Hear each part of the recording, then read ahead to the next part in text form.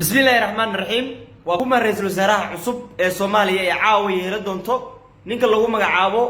Xamse ayaa loo magacaabi doona intaan warbixintan ugu gudbin marka hore waxaan ka codsanayaa inaan muuqaalka like noo saarto si muuqaalkan u gaaro meel fog si saaxiibo badan ee muuqaalkan like u saaran muuqaalkan u gaaro fadlan adiga ayaan kula hadlayaa waan kaaga mahadcelinayaa sida wacan muuqaalka like u saarto hadii aad saarin hadda inoo saar muuqaalka like inoo saar وياه رئيس الوزراء عصب الصومالية يلا دونتو ونيك لغو مقعاو حمزة يا وحال ليغو يري ليغو شيغي عاو وحقتا عن هلني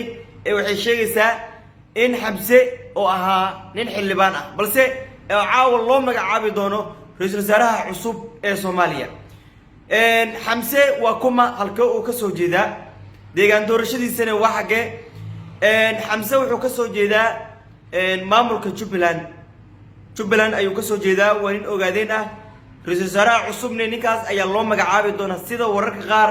isla dhaxmarayo ee sheegayaan ee caawa aan ka helayno filla Soomaaliya ama sida u taqaanaan madaxtooyada Soomaaliya ra'iisul wasaaraha cusub waxa leeyahay xilka cusub lagu idmaday ee lagu magacaabi doonane haddii dhab noqoto waxaan ka codsanaynaa inuu Ilaahay marka hore ku fududeeyo codsiga xigana ee tahay xukuumaddaada inay lahaato isla xisaabtan xukuumaddaadana waa inay la shaqeysaa shacabka Soomaaliyeed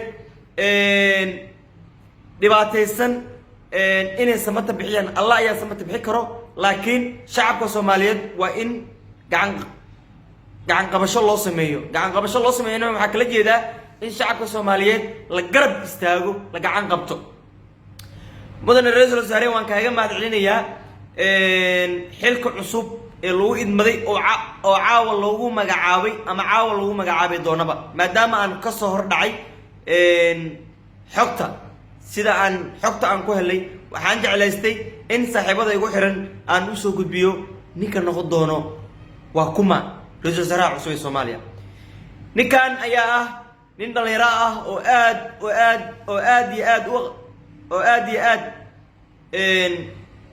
wax bartay aqoon leh maad diin labada dhinac oo ka dhisan mudane ra'iisul wasaare waad ku maasan tahay xilka cusub oo Ilaahay ha kula garab galo Ilaahay subhanahu wa ta'ala waxa kaaga codsanaynaa inuu Ilaahay kula garab galo laakiin shacabka Soomaaliyeed waa in aad garab istaagtaa dantaada kaliya lama rabo inaad ka fiirsato waa in aad dadka shacabka ah garab istaagtaa garab qabasho aad u muujisaa fadlan muuqaalka hadii uu soo gaaray waxaan ka codsanaynaa inaa muuqaalka like saarto waxay ka tarjumaysaa inuu muuqaalka meel fog gaaro waad ku maasantahay daabashadaada quruxda badanna waan kaaga mahadcelinayaa fadlan muuqaalka like noo saar hadii hadda aad saarin hadda like noo saar mahadsan